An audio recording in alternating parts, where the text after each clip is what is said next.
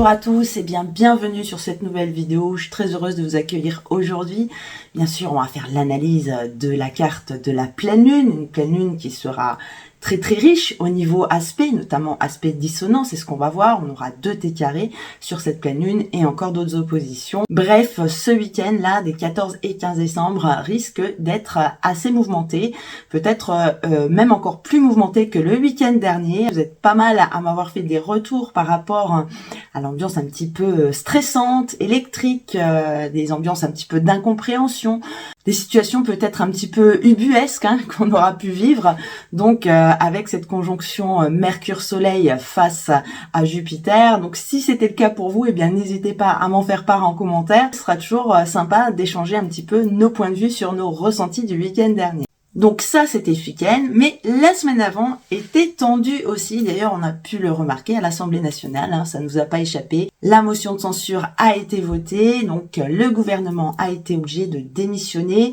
Donc ça, comme je vous l'avais dit, la France est dans une situation critique par rapport à Saturne qui arrive sur son ascendant. Alors, je vais pas en parler ici, je vous avais dit que je vous ferai une vidéo sur le thème de la France et sur le thème d'Emmanuel Macron d'ailleurs qui est très intéressant en ce moment, mais je vais juste attendre un tout petit peu, histoire que le nouveau Premier ministre soit nommé et puis comme ça, on fera une analyse un peu plus globale et puis on pourra peut-être mieux se projeter lorsqu'on aura le nom du Premier ministre. Alors c'est vrai que j'ai été un petit peu étonnée sur le coup, comme quoi en astrologie on ne voit pas tout, puisque le thème de Michel Barnier donc a une forte ascendance Capricorne, donc c'est quand même compliqué de faire plier un Capricorne. Donc là il n'a pas eu le choix, on sentait bien qu'il a tout fait jusqu'au bout pour améliorer la situation et pour rester, voilà, donc on sentait bien là cette ténacité ici. Et c'est vrai que quand j'avais analysé le thème de Michel Barnier, j'avais aussi analysé les transits.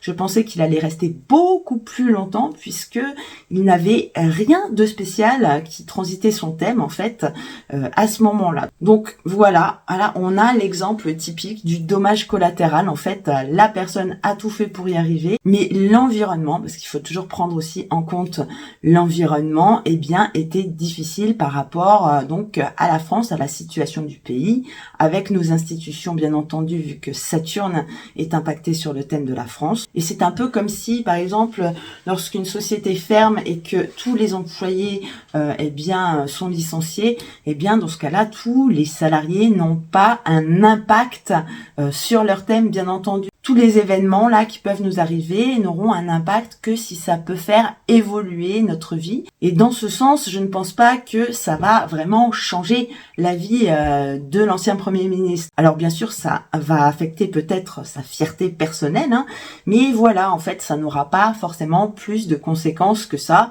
Et surtout quand on voit que lui, il a déjà fait sa carrière, il n'avait plus rien à prouver en gros, et que il est arrivé là dans une situation où l'environnement était compliqué. Donc la prochaine étape à présent, ça sera la pleine lune, donc qui aura lieu le 15 décembre à 10h02 à Paris exactement.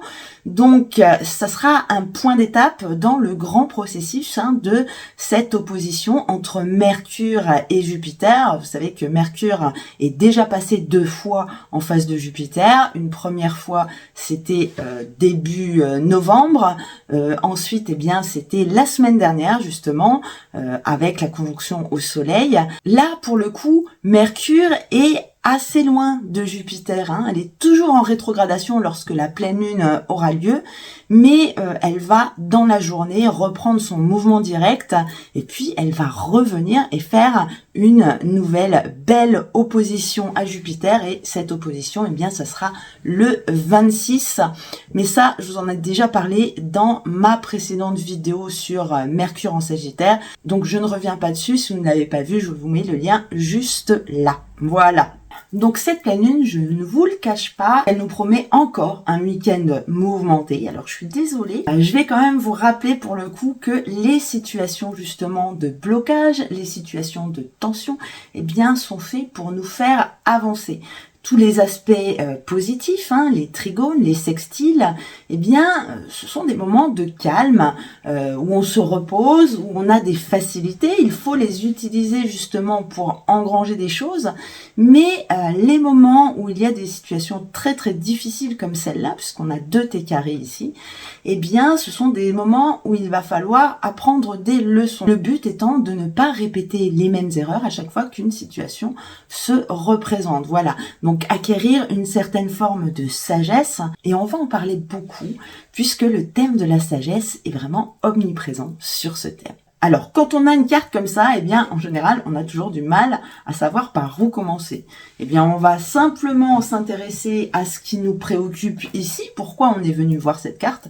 Donc, c'est cette opposition Soleil-Lune, hein, donc entre le Sagittaire et le signe des Gémeaux. Donc, opposition que l'on appelle pleine lune, vu que c'est à ce moment du mois, eh bien, que nous voyons le disque lunaire apparaître entièrement dans le ciel. Donc c'est quand même une position forte, hein, puisque c'est l'apogée du cycle, c'est le moment où on va pouvoir récolter les graines de ce qu'on a semé, donc à la nouvelle lune, et c'était le 1er décembre. Donc qu'avez-vous fait le 1er décembre, les premiers 2 ou 3 décembre dans votre vie, et qu'est-ce que ça peut donner aujourd'hui? Et forcément, il y a toujours, ou au moins souvent, un lien entre nos actions et puis la récolte que l'on aura quelque temps après. Donc là, on est sur l'axe Gémeaux-Sagittaire, l'axe de la connaissance, de l'apprentissage, de la découverte avec le Sagittaire, qui veut toujours aller plus loin, hein, le Sagittaire avec sa flèche, qui veut toujours lancer sa flèche de plus en plus loin, aller découvrir de nouvelles contrées, et puis le signe des Gémeaux, qui est très curieux également, mais lui qui s'intéresse plus à son environnement immédiat. Donc on a 2 manières là de faire ces expériences. Alors avec la lune en Gémeaux ici, on va devoir s'élever un petit peu, prendre du recul et avoir une vision holistique des situations. C'est-à-dire que avec ce thème-là, si vous ne prenez pas de recul, vous allez vous laisser submerger par les énergies ambiantes.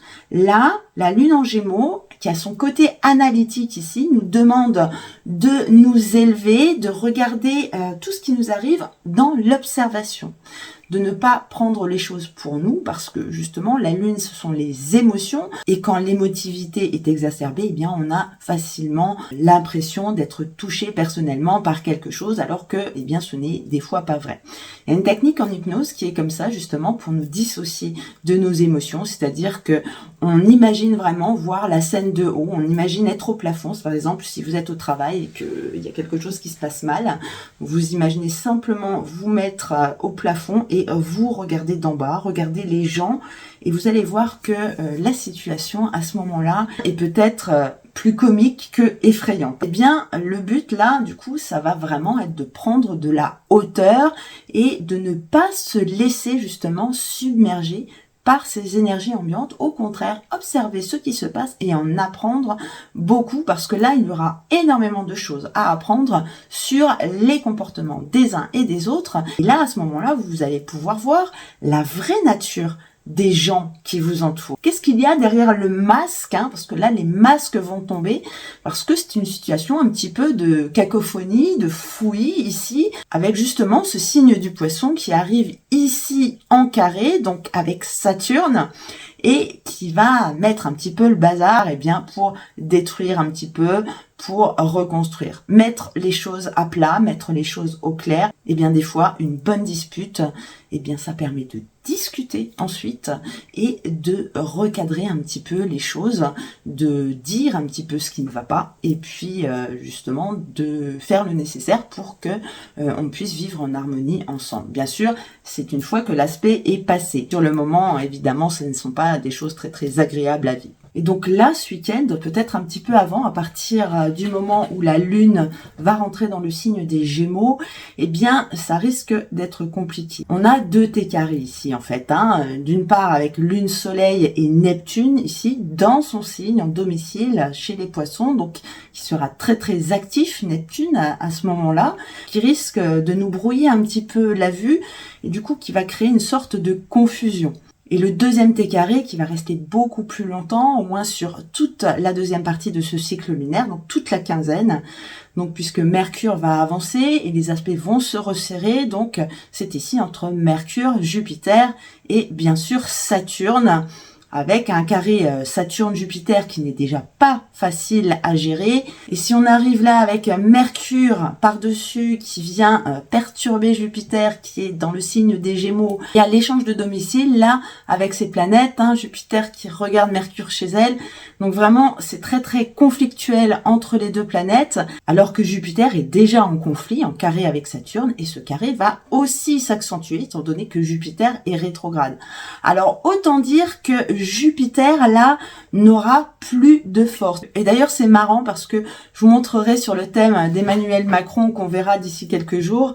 Lui justement il sera en faiblesse puisque vous avez remarqué que Mars est rétrograde également. Elle vient de prendre sa rétrogradation le 7 décembre. Et donc tant que Mars est encore dans le signe du Lion, eh bien il sera conjoint à Mars natal sur le thème d'Emmanuel Macron, qui a d'ailleurs Mercure rétrograde en Sagittaire également, donc lui il sera vraiment très impacté, et avec tout ça il sera dans une situation de grand blocage au moins jusqu'au 6 janvier, jusqu'à ce que Mars retourne dans le signe du Cancer. Alors pour l'heure la pleine lune va venir accentuer tout ça, tous ces défis là qui nous sont proposés en ce moment, et quand on a deux carrés là qui sont très très proches, eh bien c'est pas mal aussi d'avoir une vision globale. Donc à ce moment-là ce que je fais c'est que j'analyse ces deux aspects en fait en un. C'est-à-dire que même si les deux planètes qui sont dans chaque signe eh bien ne sont pas en conjonction, elles ne sont pas très très loin non plus, on n'est pas à chaque bout du signe,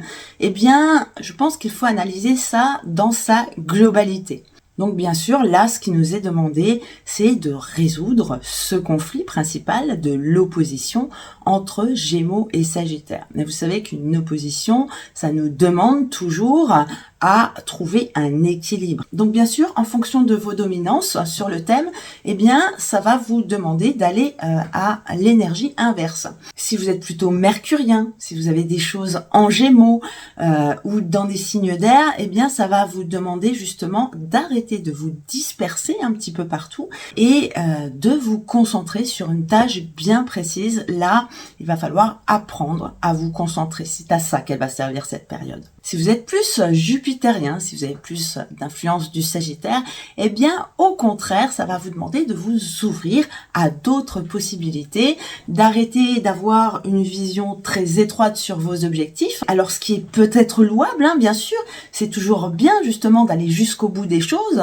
C'est une qualité, bien sûr, mais comme toute qualité, eh bien, elle a son défaut. Eh bien, le défaut, là, c'est de ne pas voir ce qui peut être à côté. On pense avoir laissé un stylo sur une table et tout simplement, eh bien, on va se focaliser sur la table, on va le chercher, on va pas le trouver et on va pas regarder ce qui se passe autour de la pièce. Alors que le stylo, il est peut-être juste tombé de la table, il est par terre et si on avait eu tout de suite une vision plus globale, eh bien, on aurait gagné en rapidité. Donc, l'ouverture pour toutes les personnes qui sont jupitériens ou sagittaires ou signes de feu également.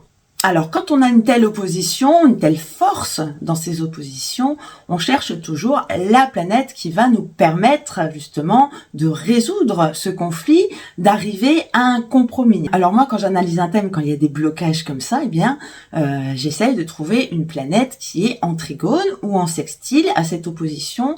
Et là, la solution est vraiment facile. On peut trouver une alternative qui convient aux deux. En revanche, sur ce thème-ci, on n'a pas ce genre d'aspect. On a uniquement un carré au poisson, donc ça va nous demander de sortir de notre zone de confort. Il va falloir faire des efforts. Mais si c'est difficile, eh bien peut-être que nous allons mieux nous en souvenir, étant donné que ça va laisser plus de traces dans notre mémoire. Donc vous voyez, tout ça n'est pas si manichéen que ça. Il n'y a pas les bons aspects d'un côté, les mauvais de l'autre. Il y a comment on va pouvoir s'en servir.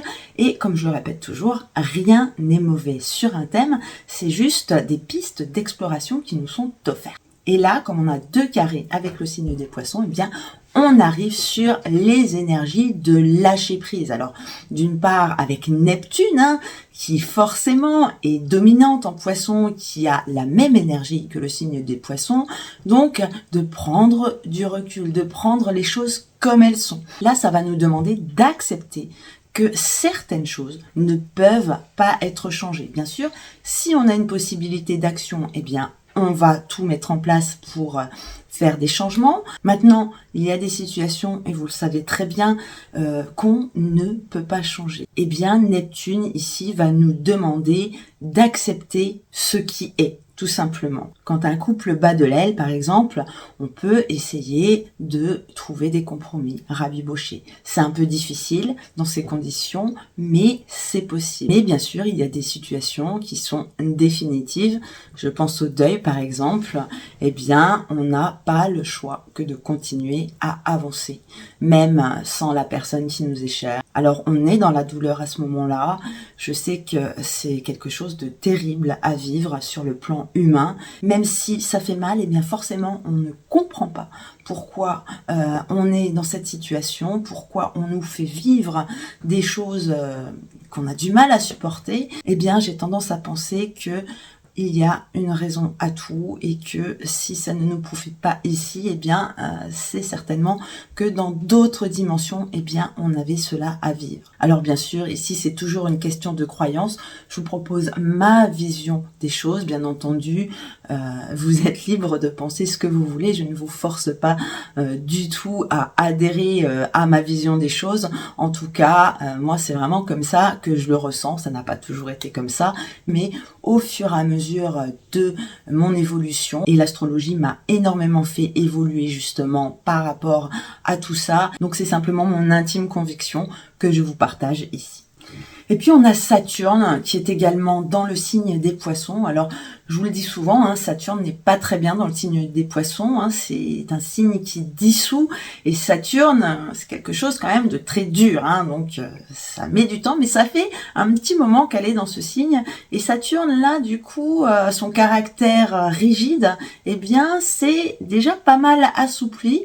Et donc en fait, va nous permettre d'accepter des choses alors qu'on était vraiment campé sur nos positions. Donc ça va nous aider à nous ouvrir, donc à accepter bien entendu, et à prendre les choses avec recul, philosophie et sagesse, parce que Saturne c'est également la planète de la sagesse. Lorsque elle est bien maîtrisée, eh bien on réagit toujours avec sang-froid, et je trouve que Saturne va très très bien avec le courant philosophique du stoïcisme. Voilà, donc en tout cas, tout ce qui nous arrive, eh bien ne pas en faire un cas personnel déjà, dans un premier temps, et puis dans un deuxième temps, eh bien prendre ça avec hauteur, avec philosophie, et privilégier la raison bien sûr sur les émotions qui peuvent nous conduire dans ces cas-là. Bien sûr, je dis pas que les émotions ne sont pas utiles, bien entendu, elles sont très très utiles, mais dans ces cas-là, eh bien réagir uniquement avec l'émotivité, eh bien c'est quelque chose de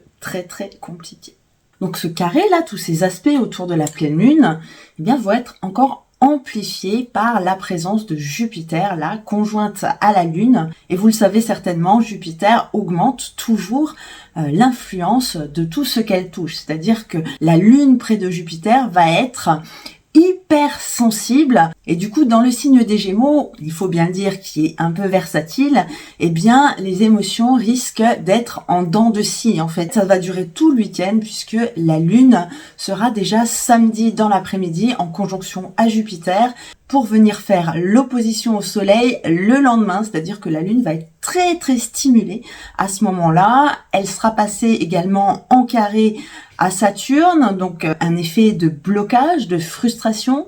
Dans le signe d'air qu'est les Gémeaux, on risque justement de se sentir coincé, de se sentir acculé. Donc rien que ça, ce sera des aspects quand même très très oppressants. On risque de sentir une petite lourdeur, chercher son air un petit peu, être enfermé dans une situation, avoir l'impression qu'on est complètement bloqué dans quelque chose, et l'impression de ne pas pouvoir s'en sortir, et surtout l'impression de ne pas pouvoir maîtriser une situation, bien entendu. Et puis on a Mars ici en Lion qui a commencé son mouvement rétrograde donc à partir du 7, c'était samedi dernier, et qui va reculer de plus en plus pour venir se positionner progressivement face à Pluton. Alors, au moment de cette pleine lune, il y a déjà cette opposition, mais regardez, il y a également une opposition avec Vénus, c'est-à-dire l'archétype du féminin et l'archétype du masculin qui vont être aussi en opposition dans deux signes qui sont assez difficiles puisque ce sont des signes fixes qui ont l'habitude de camper sur leur position. Donc un besoin de liberté, de se libérer d'un carcan là avec Vénus, alors que Mars là aura plus un côté conservateur, d'autant plus qu'il est rétrograde. Donc dans le signe du Lion, il va vouloir peut-être s'attacher un peu plus aux traditions. Donc un jeu de pouvoir bien entendu entre Vénus et Mars, qui est bien entendu amplifié par la présence de Pluton, qui est toujours au début du signe du Verseau et qui va s'amplifier parce que même si Vénus va progressivement partir, continuer son chemin dans le signe du Verseau, Pluton va rester là et Mars continuera à reculer. L'aspect d'opposition se resserrera de nouveau et le 18, la Lune viendra se mettre en conjonction à Mars et viendra peut-être déclencher quelque chose dans nos vies. Donc tout cela nous dit, on a énormément d'indices là pour comprendre que ce week-end peut être un moment déclencheur de quelque chose et qui va se perpétuer peut-être pendant les 3 prochaines semaines, étant donné que Mars sortira du signe du Lion seulement le 6 janvier. Si vous avez vu la vidéo sur l'année 2025, on commence l'année le 1er janvier avec cet aspect justement Pluton-Mars en opposition dans deux signes qui sont pas faciles, avec Pluton dans le signe de la révolution. Ça, on en a beaucoup parlé. Voilà donc pour l'ambiance de ces prochaines semaines à partir de cette pleine lune.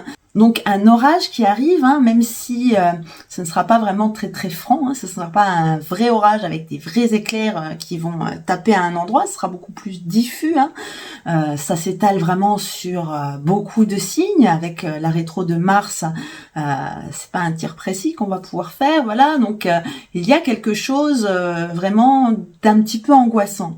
Avec tout ça, on ne sait pas trop où on va aller. Donc, le lâcher prise là des poissons va être vraiment primordial, même si c'est dur, même si c'est difficile. Alors pour qui surtout? Alors bien sûr pour les deux signes qui accueillent cette pleine lune, donc Sagittaire et Gémeaux, mais également pour le signe de la Vierge, parce que effectivement il n'y a rien en Vierge, mais ce n'est pas pour autant que ça ne va pas agir très très fort, parce que sur cette croix mutable là, 3 signes sont concernés, donc que ça soit les Sagittaires, les Poissons ou les Gémeaux, vous avez quand même des énergies qui sont avec vous. En revanche, pour le signe de la Vierge, ça risque d'être un moment très très compliqué et nerveusement très très difficile à vivre ces prochaines semaines.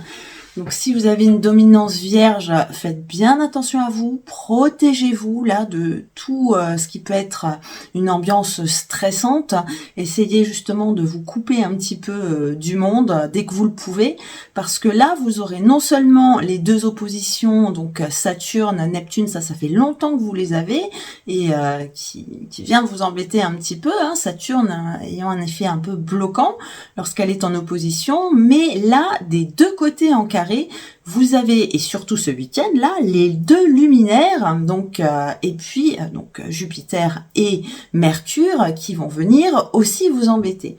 Le problème, c'est que du coup, vous n'avez rien de votre signe, c'est-à-dire que vous n'avez rien pour vous défendre. Je crois même que ça va être le signe le plus compliqué de cette croix là, de cette croix mutable, qui est concernée justement par tous ces aspects.